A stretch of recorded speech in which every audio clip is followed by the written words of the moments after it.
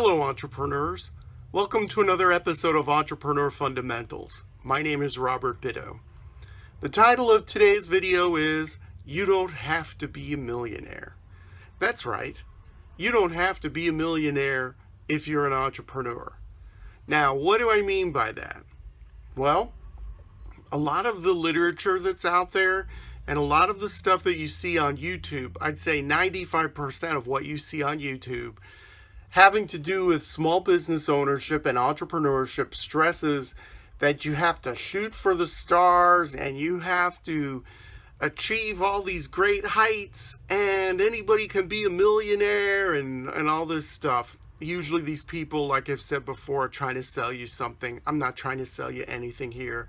I'm just giving advice like I have been over so many lunches when people ask me if they can pick my brain and ask me questions about what it's like to be a small business owner. So you don't have to be a millionaire and you don't have to let the pressure of earning tons and tons of money motivate you or drive you or make you feel like a loser if you're not doing that or if you don't want to do that. There are plenty of people out there who are one man or one woman shows and they operate out of a studio apartment with a computer and they make a great living and they live where they want to live, they have the lives that they want to live, and they don't have any pressure on themselves to be making a ton of money. Now, I always give the examples in all my videos about the taco shop or the furniture store in Iowa. If you're a furniture store in Iowa and it's a family business and it's you, your wife, and your two teenage kids, and the store has $300,000 in sales, maybe that's good enough. That's enough for you to live off of, to save up for your kids' college, to go to Disneyland once a year or do whatever you want to do. And you're your own boss, okay? That's a pretty decent scenario.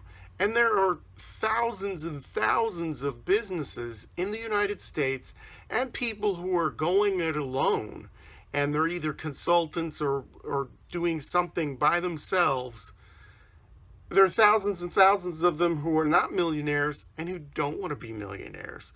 I met this guy once who owned a couple of properties in San Jose, California. And he was renting them out, and that was his income. And he told me, he said, I want to look to be as poor as a little church mouse in the eyes of the IRS and in the eyes of other people, because I don't want attention drawn to me. I don't want to have a stressful life. I just want to live a life where I call the shots and I have enough to live off of. And you know what? There's nothing wrong with that.